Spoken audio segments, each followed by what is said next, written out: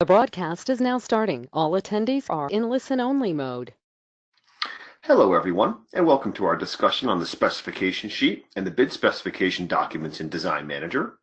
My name is Brad, and I'll be hosting the demonstration. If you have questions during the webinar, feel free to enter them into the questions pane under GoToWebinar panel. If the question is outside of the scope of today's discussion, please email them to support@designmanager.com. And lastly, if you miss a portion of the webinar or want to review any of our past discussions, go to our YouTube channel at Design Manager Inc., Design Manager INC. And here you can see a complete listing of all sorts of topics, including our quick start videos, short helpful tutorials, and our more comprehensive webinars that we've broken out into our project management and accounting courses, and all of our weekly webinars, such as today's discussion. Okay. Now, besides the traditional proposal in Design Manager, which comes in many different formats and variations, Design Manager Professional Cloud has other documents that can be generated from the proposal window, including the bid specification and the specification sheet. As we'll be focusing on those documents today, if you want more information on proposals and the many available formats, please review our webinars back on our YouTube channel, Project Management Course 1 for proposals, and Document Styles and Options, where I go into great detail on creating proposals and all of the available formats as well. Okay, let's get started. Let's first take a look at the bid specification, as it might be considered the simpler of the two documents. Now, a bid specification traditionally is used a bit more for commercial projects whose purchasing department may require more information, particularly pricing of each component within an item. It can be used, however, for a residential client who wants a greater transparency in the pricing of their merchandise. Remember, on your traditional proposal, only the item is displayed, not the components. Yet the bid specification provides you a mechanism of showing them.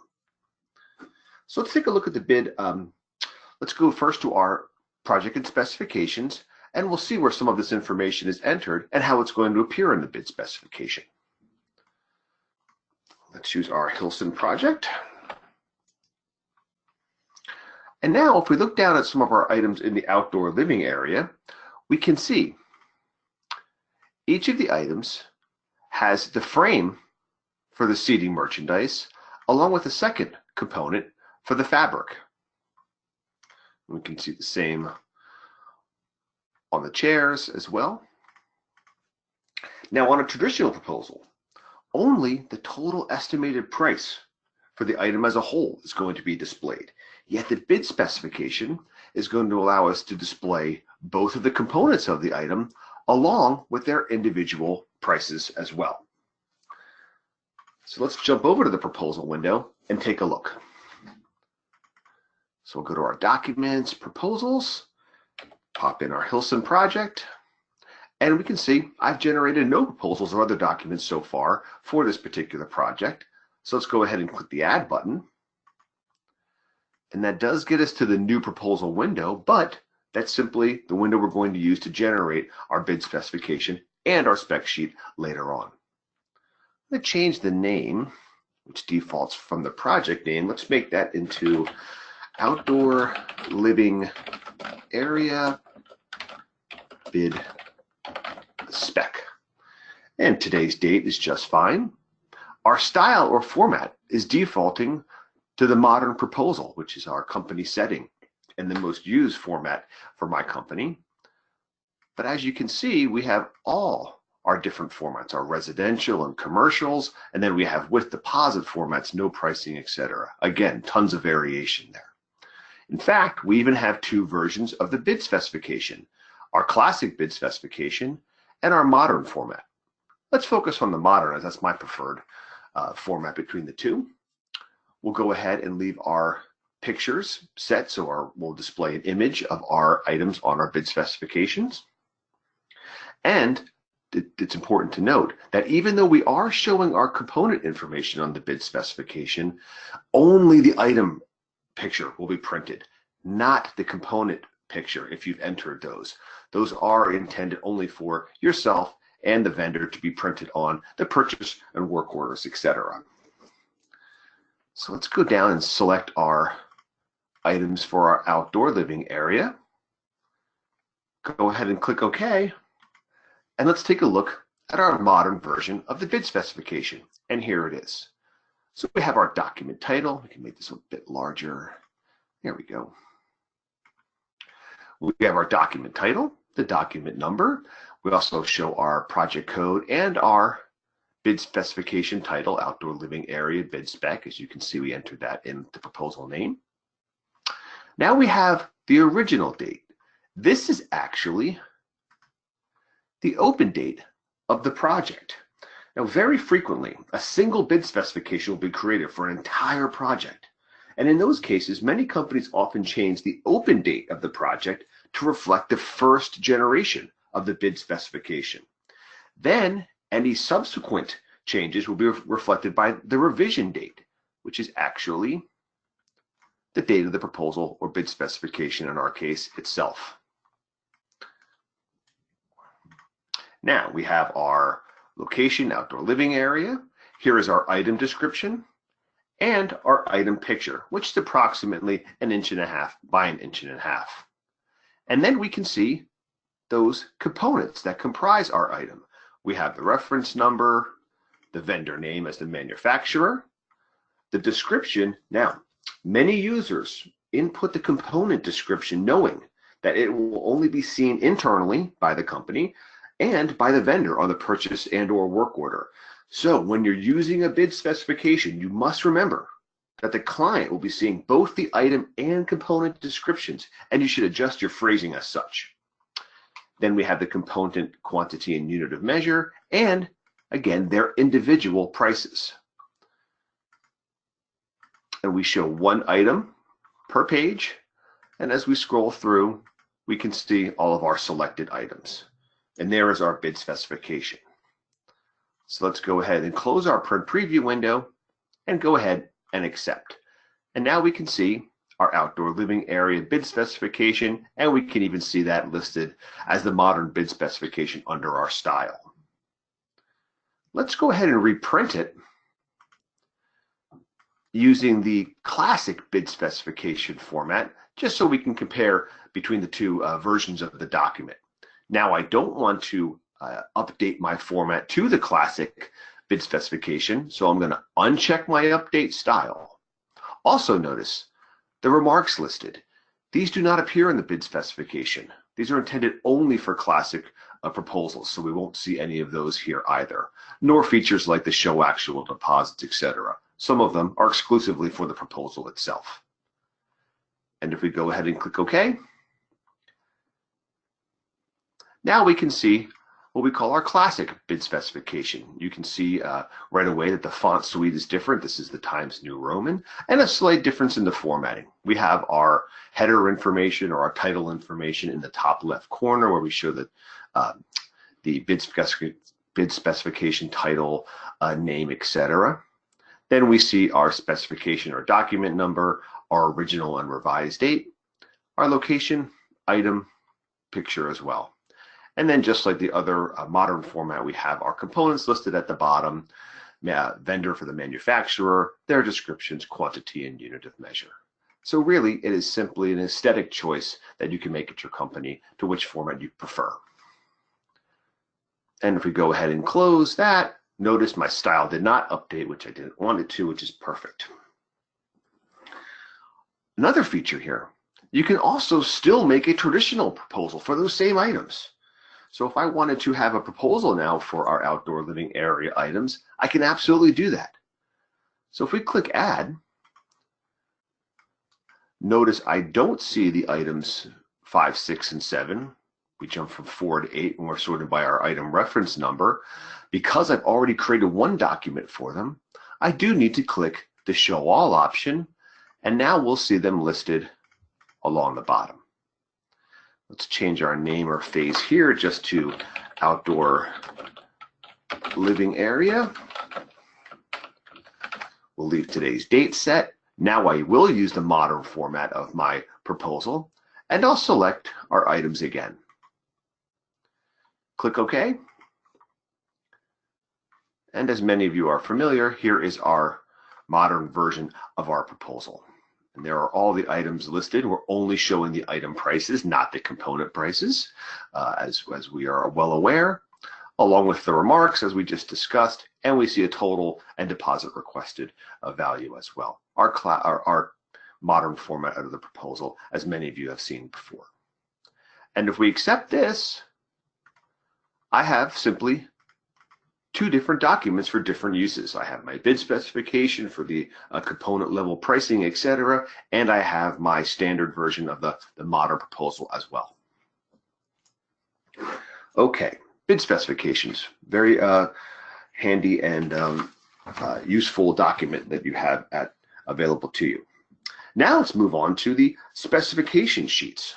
These are also known frequently as specification books, and it's very similar to create as we did for our bid specification. But let's go back to our specifications window and we'll see how we input some specific information for this particular document. We'll stay with our Hilson project. Now let's go down to our king bed and let's see some information that I've crafted for our specification sheets. On our item tab, we have all of the information that we're used to entering in: the client description, location, sales category, etc. But the specification sheets, specification book, is driven off information that we enter in logically on the specification tab. And here we go. Let's review some of the very specific information available here. First, we have our specification number. Now, this is the identifying code of the item according to your company's particular numbering format. And I've seen tons of different ways people code their specifications. So whatever works for your company is completely fine. Our plan number. Many times specification items will appear on blueprints, and these items will be shown on the blueprint with an identifying number or code. Now the code can be entered into the plan number field to allow the association between the items shown on the blueprints and the specification book itself. So that can be entered there as a corresponding tying entity between those documents. Material selection. Let's circle back on that one in a moment. The revised date. This can optionally be used to record the date on which this item was most recently updated or edited. Next, we have our manufacturer. Now, this is an entry from our vendor glossary, and it's used to indicate to the client the company that manufactures the product. And this may be different from the company or vendor that actually sells the product, which leads us to our source. So right beneath our manufacturer is the source. Again, another entry in our vendor glossary. And this is the vendor or the company from whom the product was actually purchased. Now, it certainly could be the same as the manufacturer, but it oftentimes is not as well. Next, we have our attributes array. Now, this area is made up of columns of 10 titles and 10 descriptions. And to use this portion of the window, you're simply going to enter the name of an attribute, dimensions, material, weight, etc., into one of the title fields. Then the value of the attribute should be entered in to the description field to the immediate right. So we have our dimensions listed, our materials listed, weight, volume, etc. Next, we have an instructions area. Here's where you'd input any special instructions regarding installation, mounting, plumbing and electrical requirements, venting restrictions, you name it, could all go into the instructions area. Now, let's go back to that material option. You would select this option if the item itself is a material or piece or associated item that will be used on another item in the specification sheet. An example would be a chair that's going to be upholstered using a special fabric. Well, the chair itself could be an item, and the fabric could also be a separate item. In this case, the material option would not be selected for the chair, but would be selected for the fabric.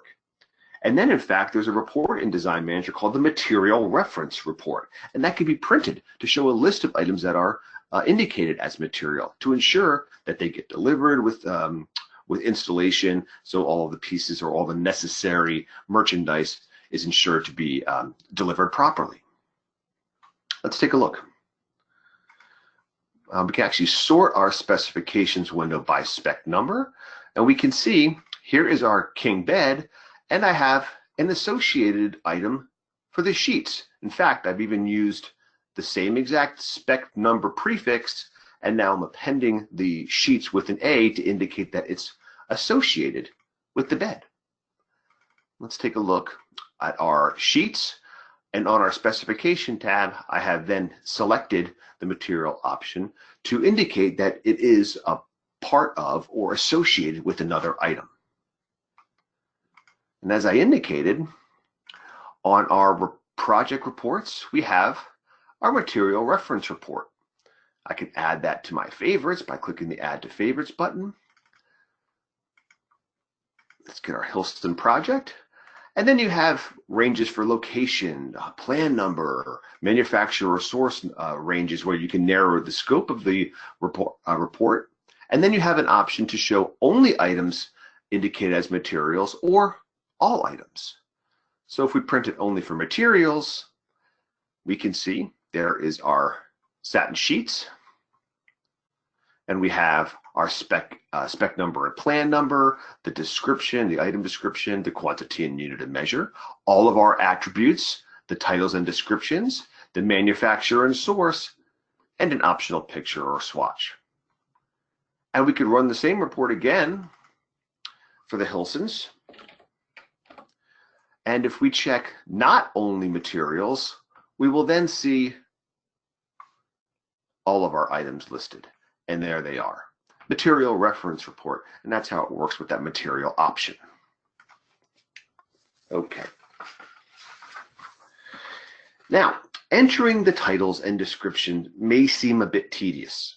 Well, to expedite that process, you can create templates for your specifications by going under your list and glossaries, specification templates. And here you can see I have a few examples. I have a template for accessories, which I've indicated as material. I have the template description just so I know what should be included or when this should be used, and all of the titles that I want associated with it. I have one for carpets, furniture, etc. And I may have several for furniture. So I have furniture 1, furniture 2, etc. Now, the template, well, it's certainly going to save you time, so you don't have to put in the titles each time or any special instructions that you always want associated with carpets or what have you. Further, if you use the template, you're not going to forget to input any necessary information. So if we always need to input dimensions or special instructions or weights, those types of things, by having the template, it helps the user to remember to input everything necessary. And lastly, it creates consistency throughout the company for your specification sheets. So they're all having the same information entered in consistently. So if you're going to use the specification sheets, the templates really help out. Let's see how that works. Let's go back to our project specifications for the Hilsons. And let's go ahead and add a new item for a mirror. So I'm going to click Add, and on our item window, we put in all of our standard information. John Richards Isabella mirror. Location, that's going to go to the bedroom. 1 each. Sales category, we'll use accessories. And let's say this guy cost $23.10, and we'll sell it for an even $3,000. Let's go ahead and go to our picture tab, pop in our picture of our mirror. Looks great. And now let's go to our specification tab. So I could enter in all of my titles and descriptions manually, but first I have an option right in the spec template number area to actually use one of my templates.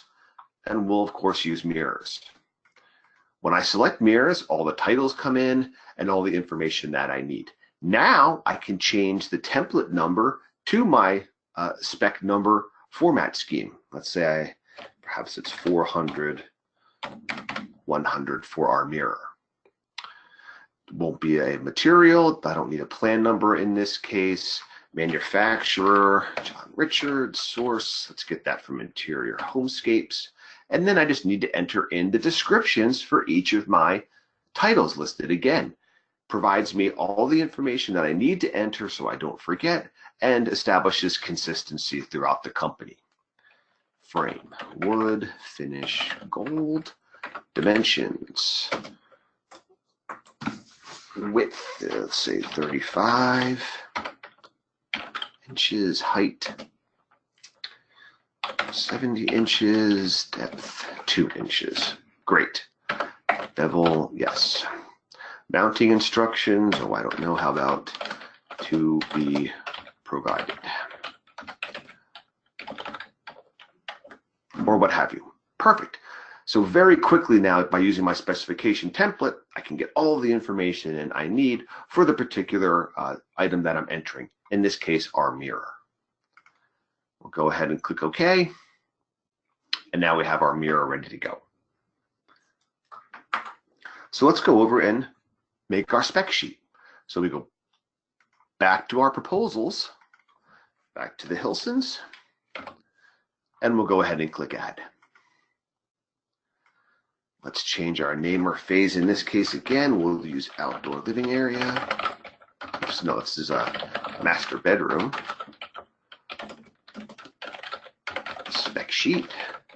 We'll leave today's date. That's just fine.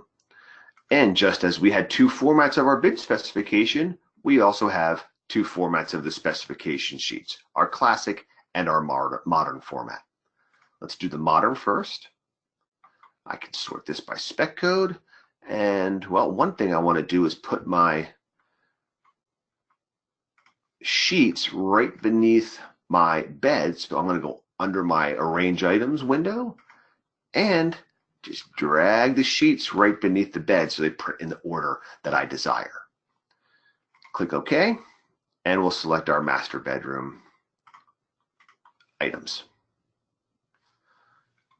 Click OK again on our new proposal window, and we can see the modern format of our bid specification, our modern spec sheet.